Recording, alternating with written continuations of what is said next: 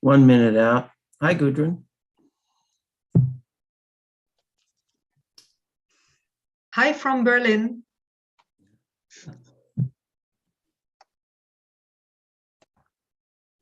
Go ahead, Alan. We're live.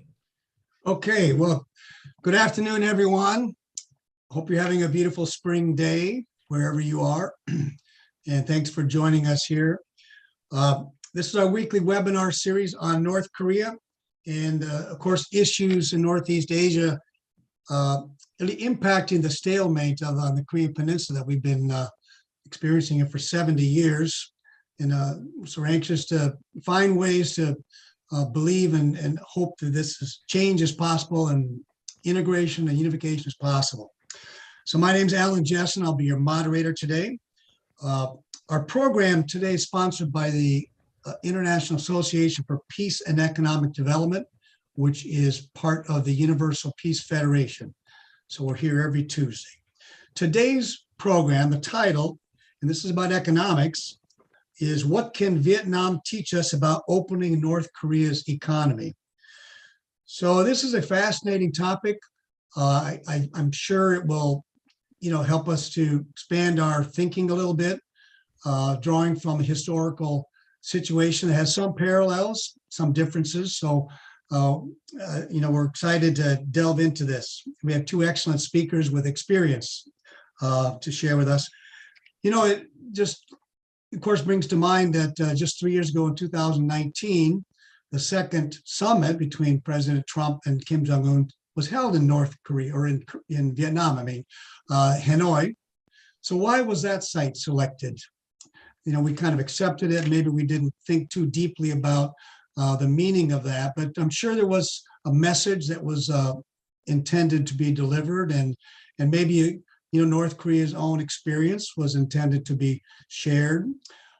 So that's really, since that time, though, really haven't heard too much about Vietnam. So that's kind of a question, is why has that fallen off, maybe the discussion. But, really the interesting thing that we, just looking at it from the outside, we don't understand is the process that went on behind the scenes to help North Korea to become integrated to the international economy. So that's some great food for us to consider. And I'd like to begin here and welcome our first speaker,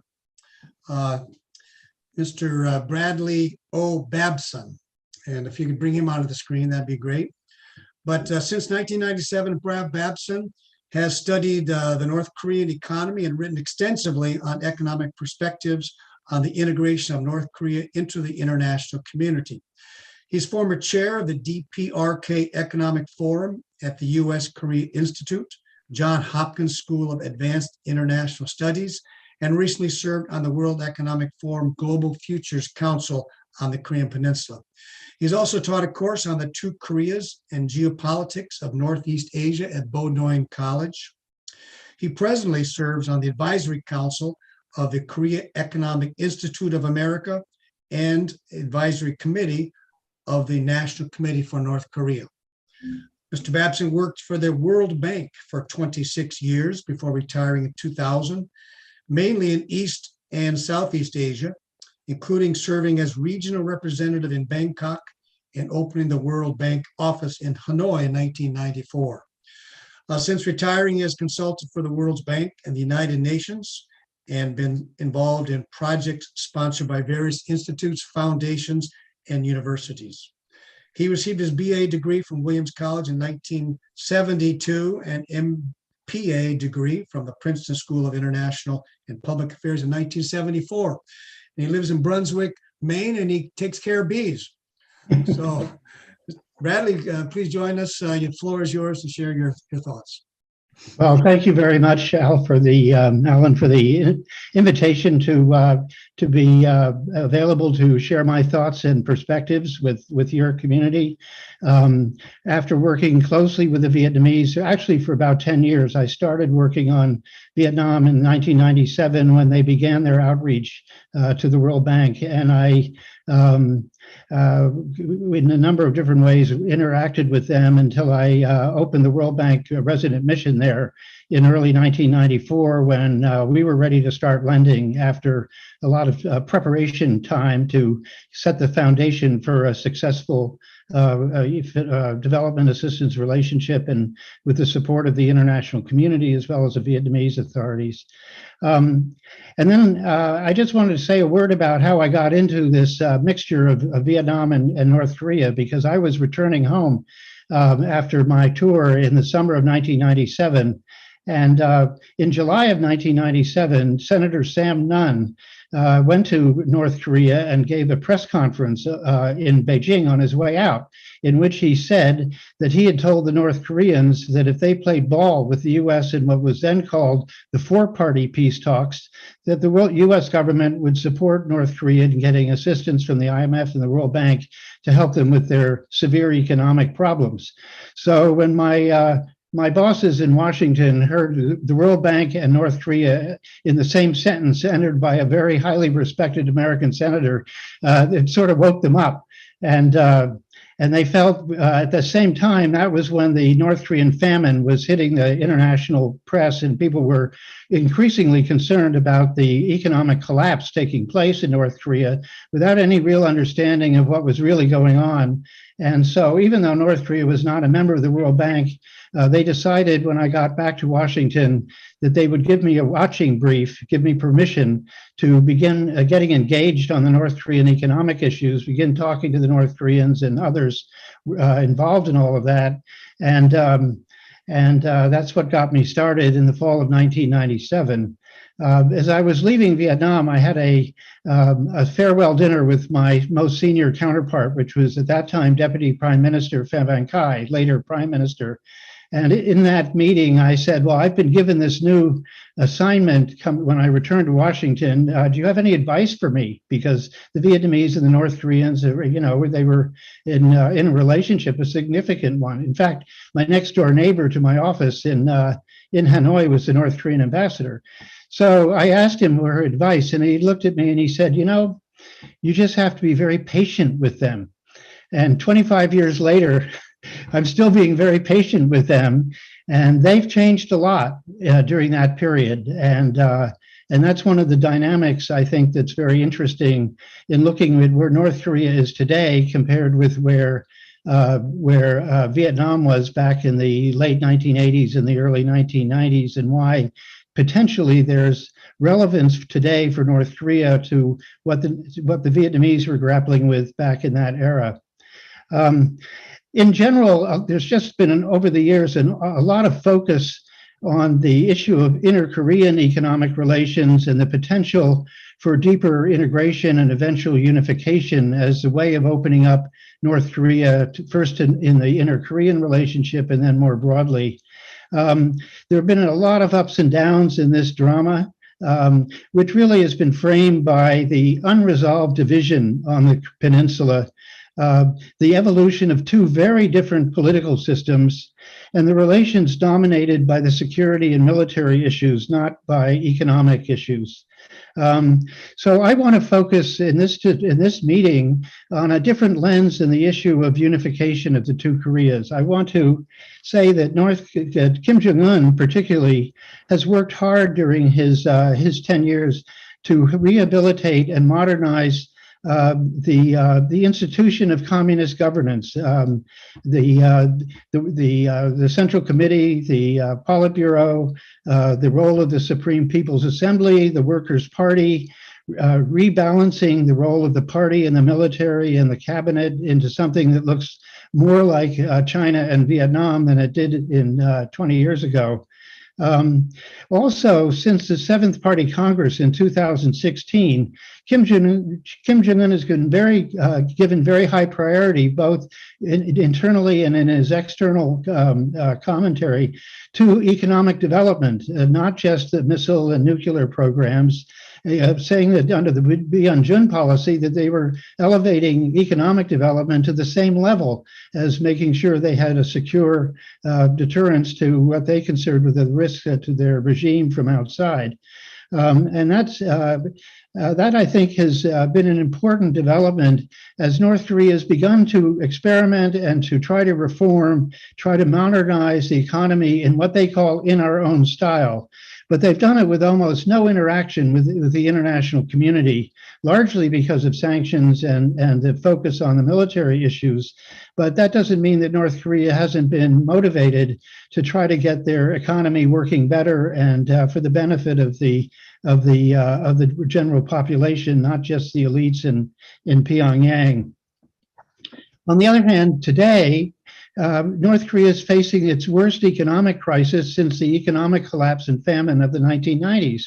And the piled up sanctions over the years, plus the closing of the China border for trade during COVID, really have threatened both of North Korea's human security situation and their overall economic security. And from my perspective, the current strategy that they're pursuing of self-reliance and escalating military provocations is simply not going to resolve these challenges for them. They have an existential challenge facing them. So in this situation, what does the Vietnamese experience have to offer for North Korea? And in the comments I'm going to make, they're partly my own views, but I'm also drawing heavily on the views of Ludeng Zhuang, who is an old colleague. He was chair of the Central Institute for Economic Management beginning in the late 1980s, and has been at the center of the planning and management of Vietnam's reform program for ever since the 1980s, and is still a very active. And in my personal communications with him, still very interested from the Vietnamese side in finding ways for their experience to be helpful for North Korea. And it's not just outsiders like us who are interested in this potential, but the Vietnamese themselves.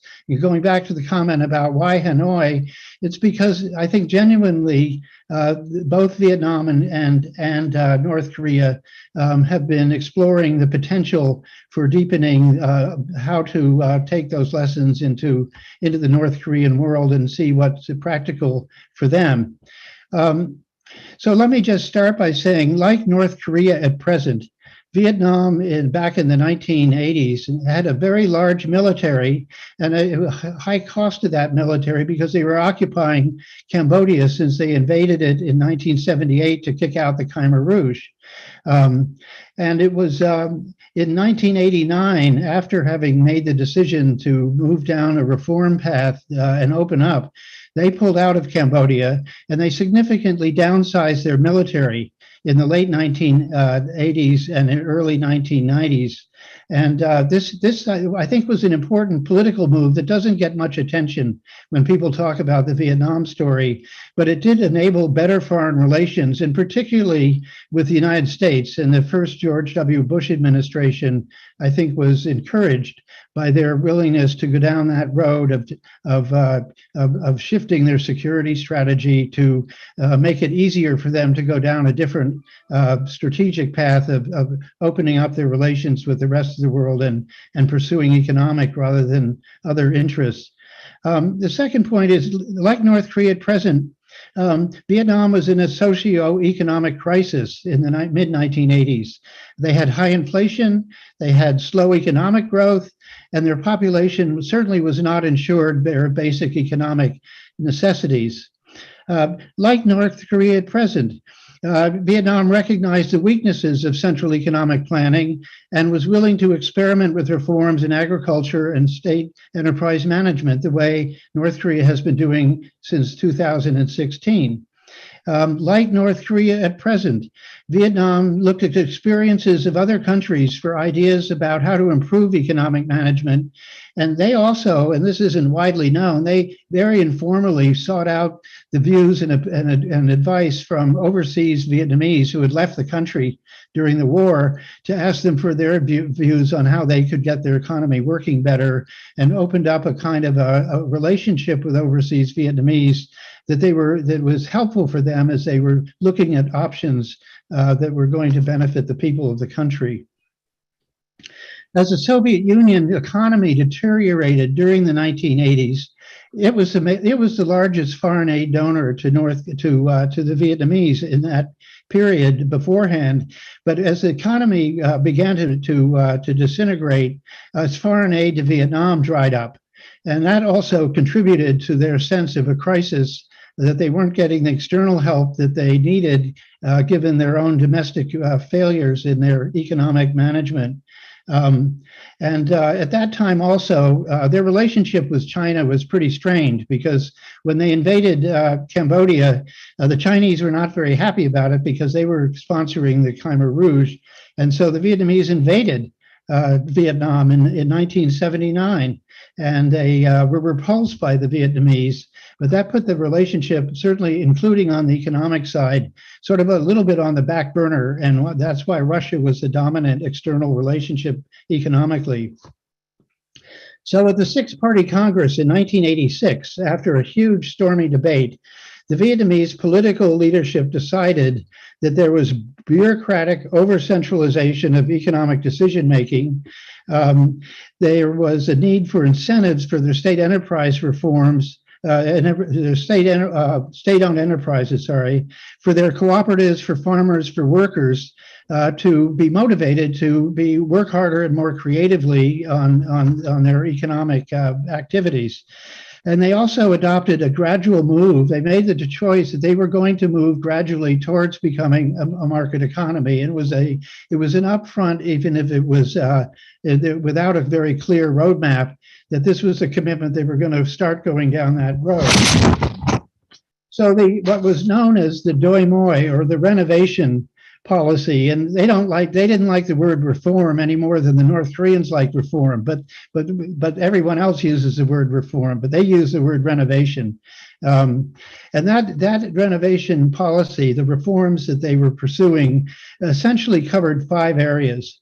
The first area was accepting multi-sectoral economy, different parts of the economy that included a domestic private sector, a foreign direct investment sector, the role of cooperatives, and the role of the state-owned sector and the large state-owned enterprise sector.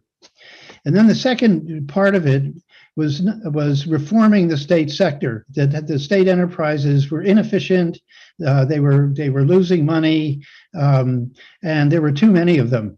And so state enterprise reform became a major dimension of their reform program. And as the domestic private sector began to grow, the question is how to build the relationship in the incentives and support systems to level the playing field between a growing domestic private sector and the state-supported, state-managed sector. That's been a major issue, and it's still ongoing.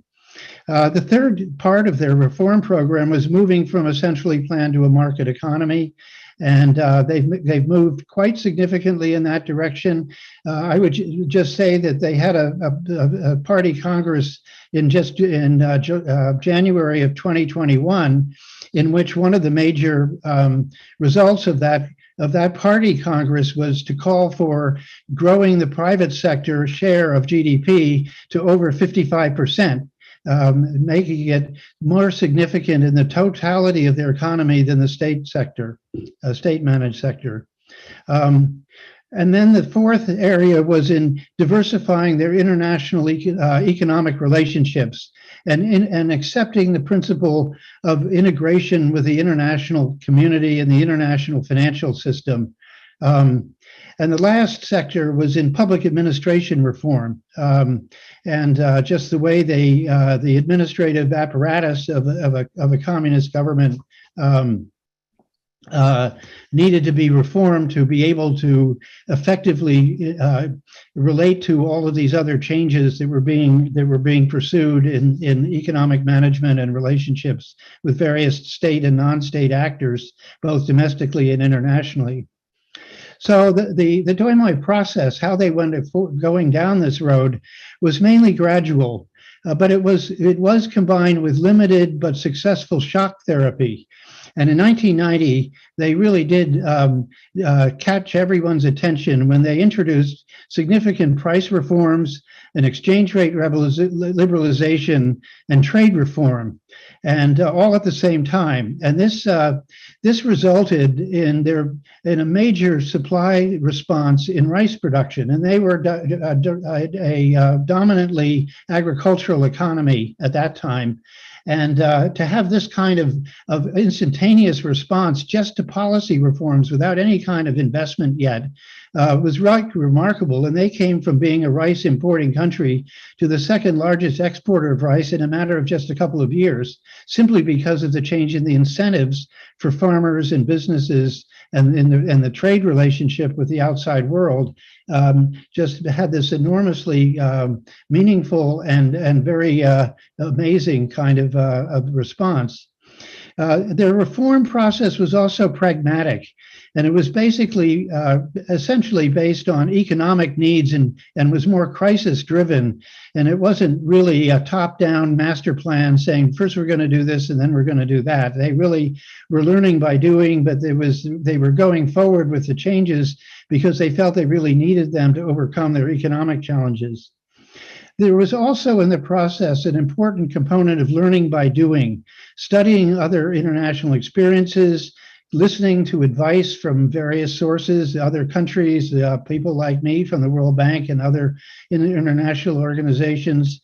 And everybody, they listened, but that didn't mean that they did everything that people had thought that they should do, but they made them feel that they had been heard.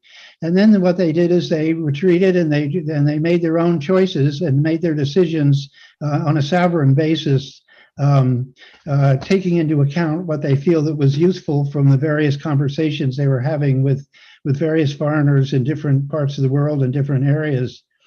So the market incentives that they adopted ended up unleashing dynamism, creativity, and even the savings of the Vietnamese people that began to be plowed back into domestic economic activity that reinforced the economic benefits coming from the reforms themselves. And the state enterprise sector, as I said, was a real challenge, and they were given financial autonomy to sort of taken off the state dole, if you like, and put on hard budgets that they had to raise the revenues to meet their objectives without drawing on state loans or state subsidies unnecessarily. And that hardening of the financial condition facing state enterprises led to a very large downsizing of the number of downsizes and elimination of inefficiencies and consolidation that would lead to a more efficient sector. Turning to the integration with the international community, what was just amazing, and I lived through this in my time there, was just every week there was another delegation with a prime minister and a whole host of senior government officials, a whole delegation of businessmen and NGOs coming to Vietnam to check it out and to see how they could be part of the future that they would like to play, being in relationship with Vietnam. And there were a number of new embassies, there were foreign businesses, NGOs, all creating offices and moving people into Vietnam, both in Ho Chi Minh City and in Hanoi, to find a way to be part of the process of both increasing trade and foreign investment and finding useful things to do from a development perspective in development, in social and environmental issues, not just in business issues. And that really was an amazing time in Vietnam. My wife was chair of the UN International School during that period, and their challenge was growing the school to accommodate all these new families coming in. And I remember a conversation with the prime minister saying, look, if you want the A-team being sent here to work in Vietnam with you, you better make sure you got a good international school or they won't come. And they took the bait, and I think that Hanoi International School now is one of the best in Asia, because they understood that meeting the needs of foreigners was important in order to get a successful business relationship and other kinds of relationships going with them.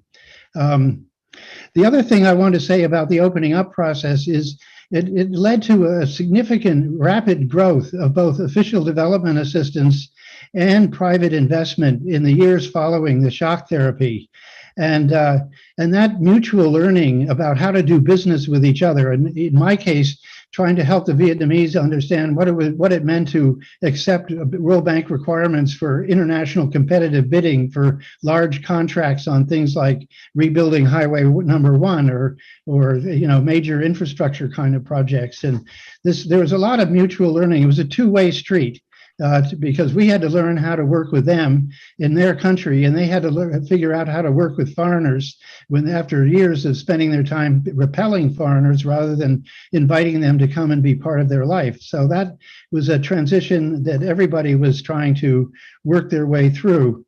The other thing that about the international integration is they started working very hard on trade and opening up their trade opportunities with free trade agreements with ASEAN. They normalized their status with the bank and IMF in 1994, and that's when we started lending.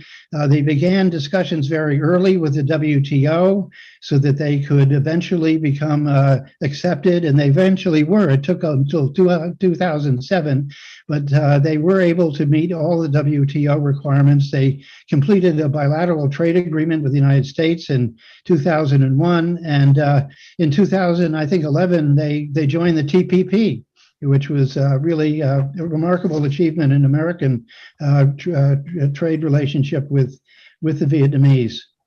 So I want to just say a few things about the lessons learned from the Vietnamese early experience, and it's an ongoing story, and I won't try to get into that. But there was a strong political determination of the leadership and support from the people in the way this played out. And because the reforms responded to the needs of the people and improved the living conditions of the majority of the people, as well as growing a significant middle class. It was the combination of international experiences and local initiatives was really an important part of their dynamic. There was no foreign dogmatic blueprint to say this is the way you should do it, and you do this and it'll work. It was really an integration of what they cherry picked from the rest of the world and the initiatives and ideas that they pursued domestically. And I think the other important lesson is that crisis is an opportunity for reforms. In their case, it was a motivating factor for wanting to move this process forward. I think that's true today, also for North Korea. But also that to really develop the market economy and to integrate with the international economic and financial system, it requires not just policy reforms, but it requires a reform of institutions, the legal system, the financial system, the administrative apparatus. These things are difficult to do and they take time. And because of that, I think that the fact that there was this infusion of investment to support the policy, the changes in incentives of their policy reforms, made it easier they were able to get a growth process kick-started pretty early. And it's a lot easier to reform things like institutions, the financial system, legal system, et cetera, if you've actually got real growth underway, than to try to reform without that growth in place. And I think that's an important part of the Vietnamese story. And it's certainly not the story that has happened so far in the North Korean environment. So just a couple of observations from this experience. First of all, looking at North Korea, today in North Korea is very different than it was in the 1990s. As a response to the famine, farmers markets all of a sudden perked up every place. And they were legalized actually in 2003 and then tolerated, but not really politically endorsed, as long as people's lives were improving. Even today, if you read the speeches and the writings of the party at the big party meetings and things, they never mention they never mention markets, even though they have them and they tolerate them, and that's a real constraint on the ability of the bureaucracy to find the best way of managing the market, the shift to a market economy domestically, and integrate it with the way way they're managing the state-managed system. And I think that's a real challenge for them, and the isolation that they are experiencing because of sanctions and inability to open up to having really direct conversations with the international community on economic things as opposed to political and military things has been a real constraint for them. The only other thing I'll say right now is the younger generation, and I've been there a number of times myself. Last time was in 2013 when I attended a conference on international experience with special enterprise zones. But as I've talked to younger North Koreans in this generation, they're eager. They want to be part of the world. They want to make money. They're smart. They're technologically sophisticated. But they're a lot better with the modern technology than I am, I'll tell you. And they are smart enough and knowledgeable enough that you could work with them. And I felt going back to Vietnam in the early 1990s when they were sending young people out to American and other European and universities to learn business and economics, and then bringing them back and putting them to work in the government. That North Korea is there now. They have a younger generation of people at middle levels of the government and in the universities who are really capable of taking this country and moving it forward if they get the green light from above, which so far they haven't had. That doesn't mean they're not ready to and able to work with you. So I wanted to share that. Let me end by giving a few conclusions of what should we draw from these experiences and observations about this. Well, first, I want to say that from a Chinese perspective, if we look at this all from a Chinese perspective as opposed to an American or a South Korean perspective, learning from Vietnam could lead North Korea toward becoming what I would call the third jewel of the crown of successful socialism, as an alternative model for other parts of the world. That it is possible to have a socialist political system, a communist system, a sustained economic growth, significant reduction in poverty, and a growing middle class, and also be integrated with the global and regional economy. China's done that. Vietnam's done that. And if I were China, I would say I'd love to have North Korea be seen as a third jewel of the crown. Now, that's not something that South Korea would be very keen on with a unification goal down the road. And it's certainly not something the US government might be very happy about in today's relationship with China. But that's kind of where they are right now.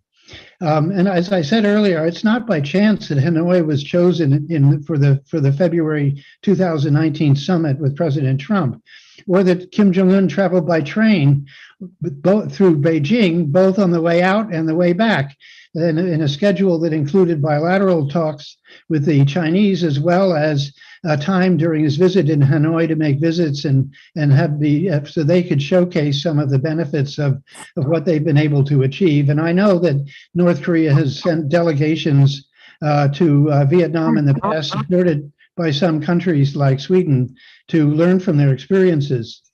So I just feel that if things had gone differently in that failed summit, it's possible that Kim Jong-un might have been ready to go down this road. But today, the legacies of that failed moment are casting a very dark cloud over North Korea's economic future.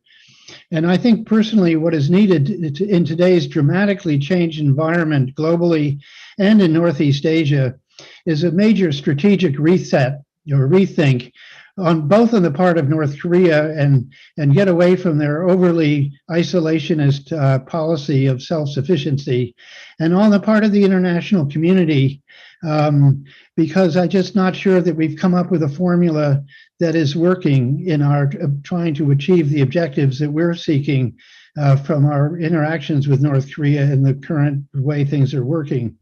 And given the balance of power dynamics of the current international relations, my hope is that space could be cleared for strategies that are based on a niche theory of international relations called security communities theory that Dennis Blair, when he was Admiral Blair wrote an article back in, I think it was 2010, that was published, arguing why a security community's approach to security in East Asia would be worth looking at more seriously than relying just on balance of power dynamics.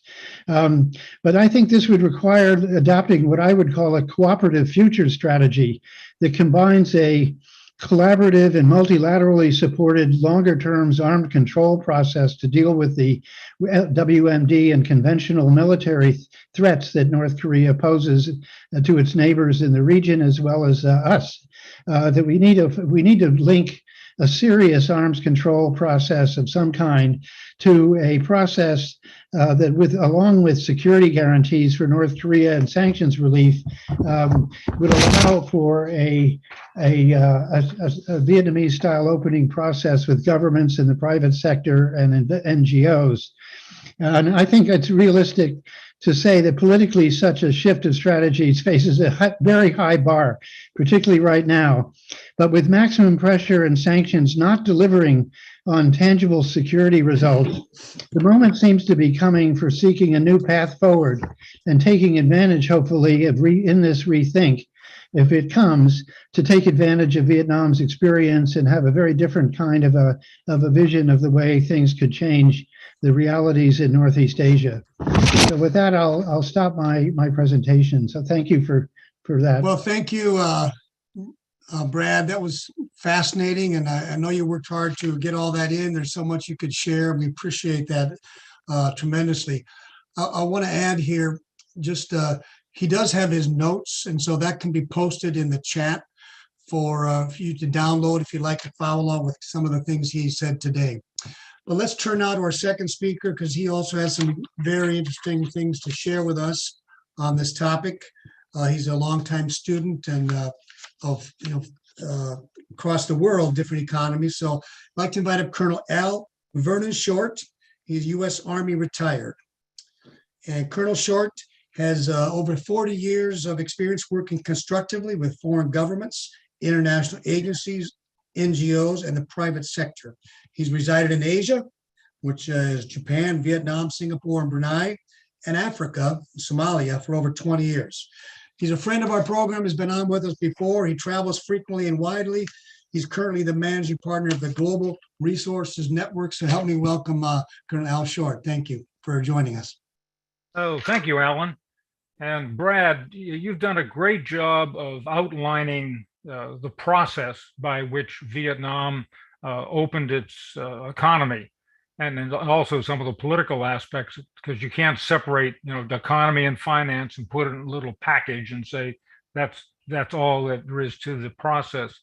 I'd just like to emphasize some of the major points that you made. First of all, recognizing this is not a linear process. When you look at it after the fact, you say, oh, this happened, this happened, this happened, this interaction, so on and so forth. The reality on the ground, it's not a string quartet with different people coming in at different times on the same sheet of music. There are a lot of restraints, political, cultural, and otherwise. There can be setbacks. But what it really takes, and this was really the point made by Brad, was a pragmatic leadership. The elites simply have to buy in to the process. Now, you're not going to get everybody to buy in totally, but at least that center of gravity has to shift.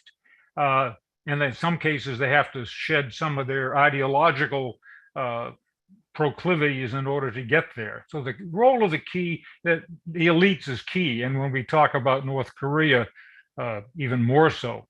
So it's a crawl, walk, run scenario over a long period of time. And not all the aspects of that process move in sync. Some things have, as Brad pointed out, it isn't just open the economy and finances flow in and investment and so on, trade. Behind that facade, there's a whole series of bureaucratic changes. The courts have to work. Contracts have to be able to be enforced. tax and tariff and labor and, the whole panoply of governmental infrastructure, if you will, including international agreements, as Brad pointed out. But that doesn't move all in sync. It's sometimes quite disparate. Some things work, some things don't work. In hindsight, it looks very linear. In reality, remember Bismarck's comment about politics is like making sausage. You don't want to look at the process, you just want to enjoy the sausage at the end of the process. And also, we can't separate economic and finance reform. It's all conditioned by culture, the politics, geography, and as Brad pointed out, the politics of the time. Who your neighbors are, who your friends are, who your enemies may be. And as he pointed out, the role of crisis always produces and accelerates change. Look at what COVID has done to, for example, teleworking. It's been around a long time. It was resisted. It was, managers, it just wasn't moving that fast. COVID came along, now it's a new norm. So crisis, and we have a potential crisis in North Korea that could be facilitative in that sense. And we'll get into some of that a little later. I want to emphasize the role of culture because this is one of my pet peeves. We're all trapped in our culture. We bring sets of values to everything we do. And in the case of Vietnam, they have their own political and economic and social culture, but they were able to overcome ideological and other restraints through pragmatic leadership and trial and error and maybe some fortuitous circumstances. North Korea, you have a very much more difficult situation. You have a strong ideological commitment. You have this cult of the individual. Everything, decisions are heavily colored by that ideological drive. And it's going to be more difficult to overcome, I would contend, than the situation in Vietnam. And of course, the crisis in the North has been exacerbated by the COVID restrictions where they've closed the border, basically closed the country down almost. State-run industries are still as inefficient as ever. The sanctions are still there. But as was pointed out, there have been significant changes in the North. Private sector, grudgingly acknowledged by the government in the North, but there and growing. And those changes can't be ignored by the leadership. I think a major takeaway from Brad's presentation is that we need to break new ground. Now, in hindsight, we've got 50 years and we've plowed a lot of ground. And the issue has not been, I think, over the last 50 years, the lack of alternatives, but the lack of North Korea's accepting those alternatives and acting on them. Actions tend to speak louder than words, in my view. I advise a lot of companies on international investments. And my first question, if you're thinking of putting money in the country, is the currency convertible? Can you get your profits out? Second, do the courts work? Can you enforce contracts? And third question is, what about labor law and your ability to hire and fire? If you can't do simple things like that, why go there? When we look at the actions of the North as opposed to the words, it's the Congress, the 2016 Congress resolutions on economic opening and so forth, counterbalanced against their security concerns. But in the same period of time, they dynamited all the buildings at this international industrial area in the vicinity of the 38th parallel. So their actions haven't supported a lot of trust and confidence. And I think the North has to go on a confidence building offensive and not just 6 months or a year. They've got a blotted copybook for an awful long time, and they simply have to come to the table and recognize that they have to, be equal partners in any kind of initiatives going forward. a bit on the role of China. In the Vietnam scenario, of course, they had a border war with China. So there was antipathy. They also expelled the ethnic Chinese, thousands of them, back to China. In the case of North Korea, China is the primary benefactor, supports the regime, obtains raw materials and a modicum of trade the other way, at least before all the lockdowns. I would contend that perhaps in the bigger geopolitical perspective, Beijing might be quite happy with the way things are. Do they really want a developed North Korea that potentially could move towards reunification, which they don't approve of or don't want, and potentially could even be democratic or semi-democratic, sitting on the Yalu River? Now, this doesn't mean that China wants war on the Korean Peninsula. They've been that route. Also, keeping the pot boiling in North Korea in the security area keeps the US involved while they do their Belt and Road initiatives around the world. And every time we want to go to engage with Pyongyang, what do? We go to Beijing and say, may I? So I think we have to look at the Chinese involvement in future economic development a little askance. They might just decide that business as usual, keeping things about where they are. They don't want the government to dissolve. They don't want internal dissent. But do they really want economic development a la Vietnam? Don't know. We'll have to see how they react. In a quick summary, case studies such as this Vietnam example, which has been really well laid out by Brad, he traced the whole process. Very useful, but we have to avoid what I call the cookie cutter syndrome. You simply can't get a little roadmap, factor A, B, C, D, E, pick it up in one cultural, political, economic situation and drop it in another one and say, this is what you got to do. Do this. Here's the checklist. First of all, the host country or the country developing has to accept them as their changes, not something that's imported. But most important, these lessons learned have to be applied in a cultural and political context. But there's still good lessons that you can apply or misapply, as the case may be. I think that with regard to North Korea, the future is uncertain. As was pointed out, crisis breeds change, and there is an impending or present day crisis in the North. So we've got to be ready to seize opportunities, be creative, and we can definitely use some of the lessons learned in the Vietnamese experience in North Korea. Thank you very much, and I look forward to a nice Q&A session. Thank you. Very good.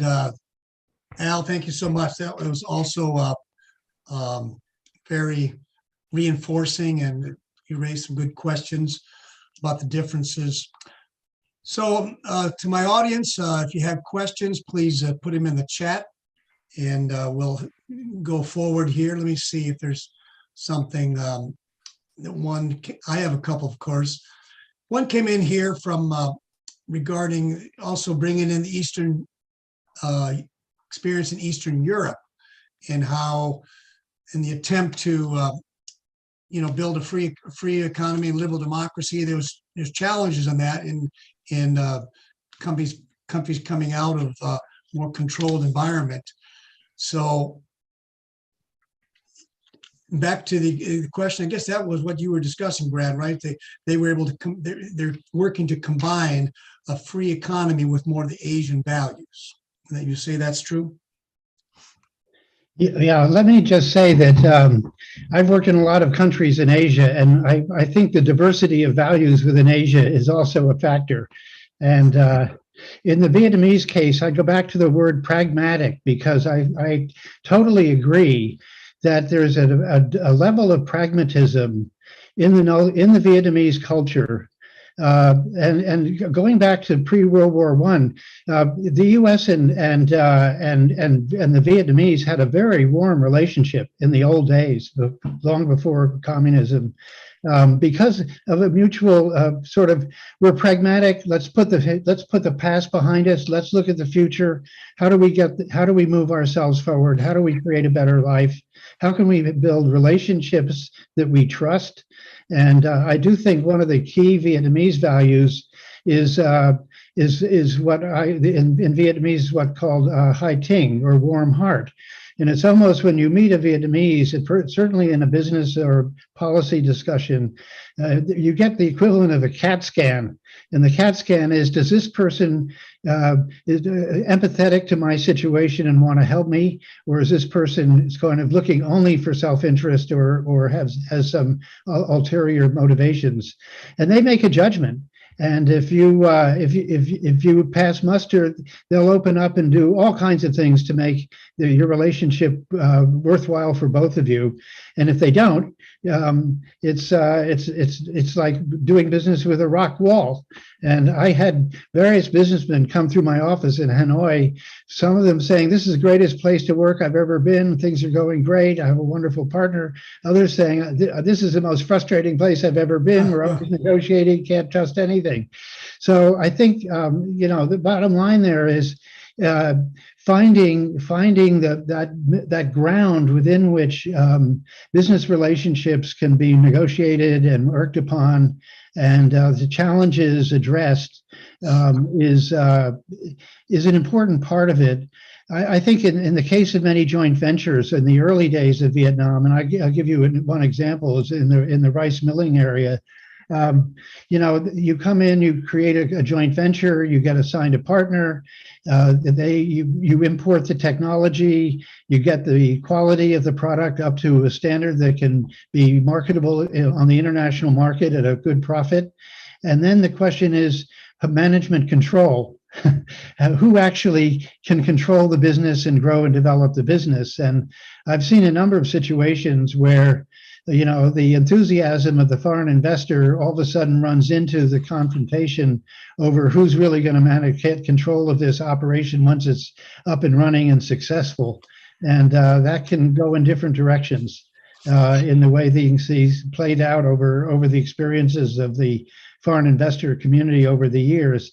And when I was leaving Vietnam, I had an informal advisory group that I just used as a sounding board to help me find my way within the culture and the political leadership, and advancing things like the private sector and issues that were politically sensitive.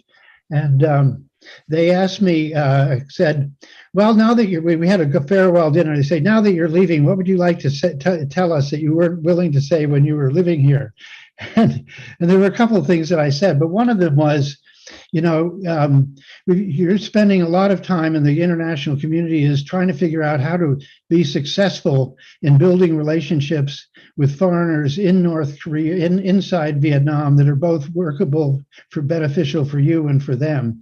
And they're trying to figure out how to be successful in Vietnam, and you're trying to figure out how to take best advantage of what they're bringing in financially and in technology and in access to markets and things. I said, but what you haven't really done that the Koreans have done, South Koreans have done really well, is figure out how to be successful in other people's markets. And they took that to heart. And right now, I would say Vietnam has been doing very well at developing the way it interacts with European and American and other markets where they're selling their products in the international trade world. And they take that kind of advice to heart, at least from my distance perspective now. But I do think that this mutual learning, I come back to the idea of mutual learning. We have to be open to understanding enough about their culture, their ways of doing things, the things that matter to them at the individual level as well as more political level. And they also are trying to learn from us in ways that help them be successful and not fail. And respect our needs, whether it's having a good school for your kids or having a business relationship that is mutually beneficial financially. So as you say, it's a work in progress, and I think it's always an ongoing process. I don't think it's a one-off thing. But so far, I think Vietnam has done an enormously successful job at growing the economy, improving the quality of life for a large percentage of the population. They have lots of challenges still environmentally and in the changing international environment, but they have matured in significant ways. And they're a respected member of the international community now, and I think a leader within ASEAN in some ways, in certain areas. All right, thank you. I have another question here. You highlighted the importance of incentives as changing some of the dynamic in Vietnam and allowing for the dynamism of people's creativity to take place. You mentioned the rice, the exporting of rice is a big factor. We've had other speakers on our programs also mention that incentives need to be aligned with economic development. Is that something that can happen early before there's a real commitment to overall, opening and integration? Is that one of the constraints you see in North Korea following this path? Well, let me just say that I think in terms of public policy, they haven't been very good on incentives. But on the other side, the way the market economy is developed there and is really amazing is up until about 2016, when the sanctions that were imposed after all of those missile tests and the nuclear tests shifted over from focusing on sort of denying them access to resources that would support their military programs to sanctions that were really targeting the general economy on trade and on things that are needed for, like oil for agriculture and the markets to function and that sort of thing. And there's a Rubicon in the sanctions world around 2017. By 2016, they were growing reasonably well, 4%, not huge. But I would say that what was really interesting about the incentives was that as the sanctions came in, they realized that they couldn't rely on foreign trade or foreign aid to really meet their needs for investment and develop the economy. They had to do more on their own. And they have one of the most inefficient domestic economic systems in the world in terms of efficient use of domestic resources, mobilization of private savings that could be mediated by a financial system and then reinvested in economic things their domestic system was really very inefficient.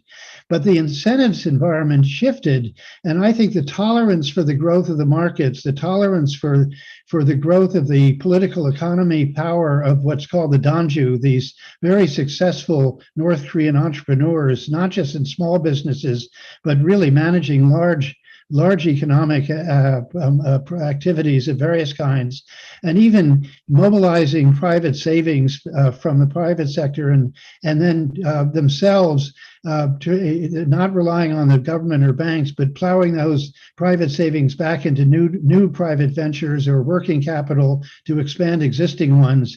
All of a sudden, you've got a private system that is unregulated in many ways, beginning to perform functions that have increased the domestic productivity and growth of the domestic side of the North Korean economy.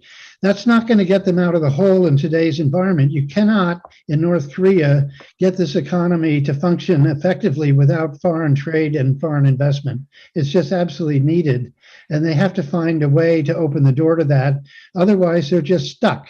And they're going to continue to be stuck and rely on illegal things like all the sanctions evasion methods that they've developed to meet their foreign exchange needs that are not bringing them toward the international system. They're drawing them away from the international system, and the sanctions are compounding that by not giving them an incentive to work through normal ways and having to rely on abnormal ways to meet their basic needs. So I do think there are really important issues in the incentivist environment, and it affects the debate over sanctions and the future of sanctions in relationship not only to the security agendas that we're trying to advance in our policies towards North Korea, but also in terms of the incentives around their economic behavior and the economic behavior of both state and non-state individuals in and outside the country. Very good. Thank you. It comes to mind that one of the major differences here is and you alluded to it, Colonel Short, the cult of the personality of the Kim family. That's got to be different than in Vietnam when they were coming out. So in terms of decision making to embrace a certain strategy, the pragmatism to evolve, to inch forward policies, is that really the biggest stumbling block here, do you think, in terms of trying to adopt a roadway towards integration? Well, let me just start with the Vietnamese. The Vietnamese have a very consensual system of decision making in the Politburo and in the Central Committee, and they will debate and take some time to debate which policy road to go down, and they can argue very very hard with each other, but when they reach a consensus decision, they have it. And they act on it. So it's not the top-down guy telling everybody what to do, and yes, sir, then that's it. There is a genuine effort at the top to collect ideas, to debate them, to find the ground of consensus that they feel is strong enough to give them the motivation to move ahead with a particular policy or action. The other thing I'd say about the Vietnamese is they're quite open to the Southerners' role in all of this. Not only, there was a question in the chat box earlier, were they willing to let overseas Vietnamese come back in and be helpful? Because they were. They were a little concerned about some of them. When we brought a mission, early World Bank missions, we'd find some Vietnamese overseas and hire him as an interpreter to come with, so we could hear, he could tell us what they were actually talking about, not what they were telling us through the interpreter. And sometimes they were a little suspicious of that. After a while, they couldn't care less. And a lot of businessmen with experience came right into Ho Chi Minh City and brought expertise in how the world works, and they brought money with them. So I think that was one dimension. But the other dimension, which I think is really interesting, is once they started down the reform road, they put Southerners in charge of the government.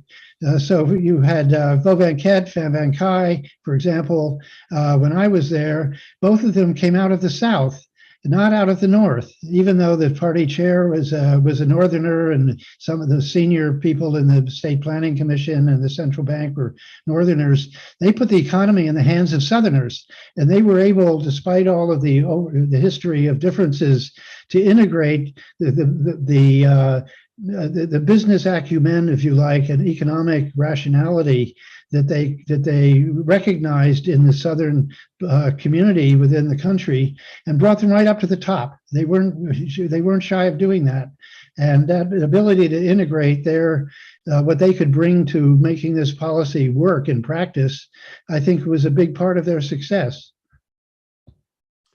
Colonel Short, do you want to jump in with anything there? I agree. And, when you compare that sort of Vietnamese consultative process, dialogue, and consensus building with the situation in the North with the cult of the leader, where you see the leader and, in press and movies and whatnot, everybody's standing there with a tablet, writing down his every word and phrase.